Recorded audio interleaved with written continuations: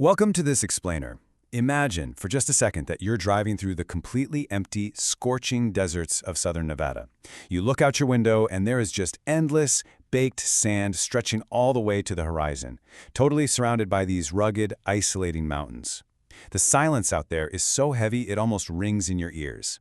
The heat is shimmering off the cracked asphalt, turning the distant landscape into a blurry mirage, and you feel entirely, profoundly alone in the middle of absolutely nowhere.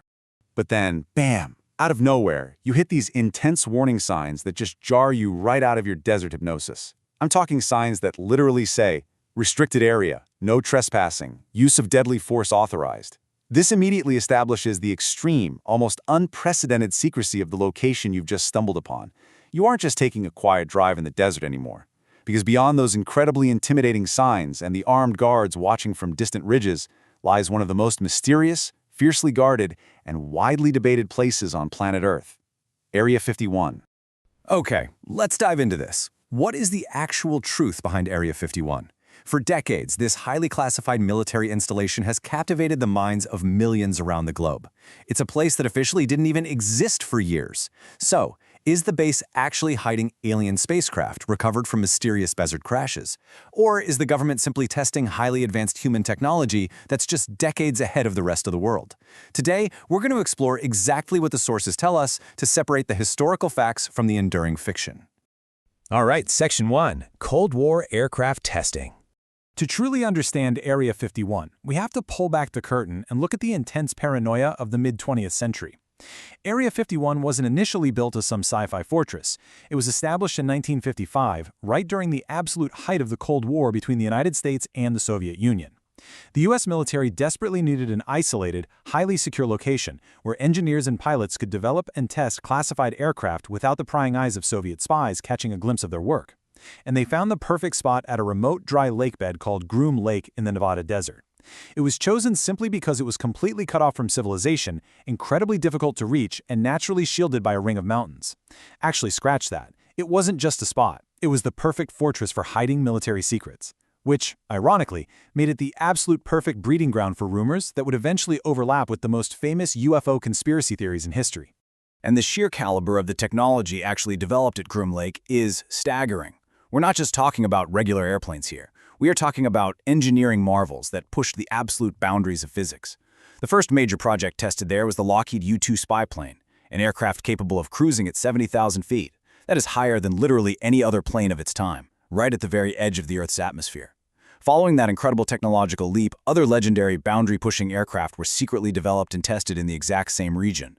This includes the A-12, the incredibly fast SR-71 Blackbird, which could fly at Mach 3 and required special titanium skin just to withstand the intense heat of friction, and the revolutionary F-117 Nighthawk stealth fighter. These machines were designed with bizarre, sharp, angular profiles to deflect radar. They looked and operated completely differently from anything the world had ever seen before. Moving on to Section 2, Roswell and the UFO link. So how exactly does a brilliant military aviation testing site become the global capital for alien lore? Well, we've got to rewind a bit to the famous 1947 Roswell incident in New Mexico. After reports of a mysterious crash out in the desert, wild rumors quickly spread like wildfire that the U.S. military had recovered an actual alien spacecraft and extraterrestrial bodies. Now, the government explicitly stated the Roswell debris came from a highly classified military weather balloon project, not a flying saucer. But the extreme secrecy surrounding government projects at the time laid a massive foundation of public distrust. Later, the prevailing theory among enthusiasts became that any recovered alien technology from Roswell simply must have been transported directly to the highly secure Area 51 for covert study. Extreme military secrecy plus unverified rumors inevitably equals enduring alien conspiracies. Because Area 51 operated with employees signing strict confidentiality agreements and heavy restrictions on airspace, the total lack of public transparency allowed imagination to just totally fill in the gaps. And this brilliantly illustrates a very practical, fascinating reality. Think about the equation of advanced secret aircraft plus unsuspecting locals resulting in UFO sightings. Put yourself in the shoes of a commercial airline pilot, or maybe someone living near the Nevada desert back in the 1960s. You're out on a clear evening and suddenly you see this bizarre, glowing silver streak tearing through the sky at completely impossible speeds, or cruising at an altitude where no plane is supposed to be. You've never seen an SR-71 Blackbird or a sleek, angular F-117 stealth fighter before, because that technology is quite literally decades ahead of anything publicly known at the time.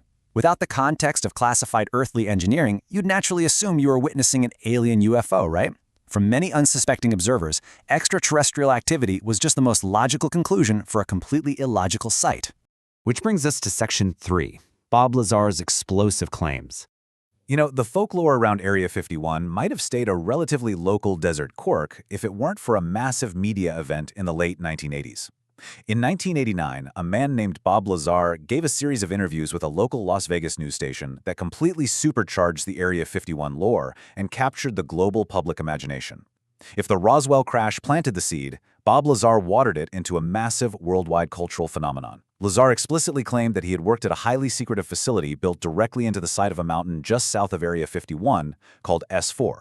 According to his explosive story, scientists at this hidden S4 facility were actively attempting to reverse engineer actual alien spacecraft. He even claimed these saucer-shaped ships were powered by a completely unknown heavy element not yet found on Earth. Now, maintaining an impartial look at the sources here, it's vital to highlight the divide this caused. Supporters firmly believe Lazar was a whistleblower bravely exposing the greatest secret in human history. Meanwhile, critics fiercely pointed out that many parts of his story, along with his professional and educational background, could not be independently verified. Regardless of where you stand on the absolute truth of his words, his claims are the primary reason Area 51 continues to dominate the public imagination today. All right, Section 4, Official Government Acknowledgements. For many, many years, the U.S. government completely refused to even officially acknowledge that Area 51 existed. It was literally a black site on the map, an open secret that the military simply wouldn't discuss under any circumstances, which, of course, only made people infinitely more suspicious. Eventually, however, in 2013, due to a Freedom of Information Act request, the CIA released declassified documents that paint a very clear picture of what is reality and what remains myth. The documents explicitly confirm that Area 51 is indeed a real, functioning military testing facility that's been used for decades to develop highly classified aircraft like the U-2. Yes, it's a real base doing real defense work. But here is the crucial pivot. What is deliberately missing from these files? What is not confirmed in any of these official documents is the existence of aliens, reverse-engineered flying saucers, or extraterrestrial technology. The official record anchors the base firmly and entirely in the realm of earthly national defense. Finally, Section 5, the enduring human fascination. So, with the government finally admitting it's just an aircraft testing facility, why do we still care so deeply? Well, Area 51 represents much more than just a military base. It symbolizes humanity's deep, ingrained curiosity about the unknown. And the reality is, there almost certainly are still massive secrets hidden behind those guarded gates today.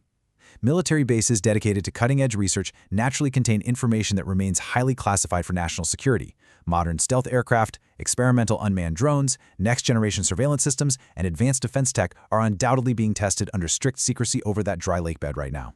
Because the public can't see it, the speculation just continues to thrive. So, is Area 51 simply protecting America's most advanced military technology, or is there a secret that the world has never been allowed to see? After more than 70 years, it remains one of the world's greatest mysteries. We naturally wonder if governments are hiding discoveries that could alter human history forever. Whether the mystery involves classified experimental drones or something much, much stranger, the total lack of public information keeps the story alive. Only a handful of people truly know the answer, and they sure aren't talking. Thank you for joining me for this explainer, and keep questioning what you see.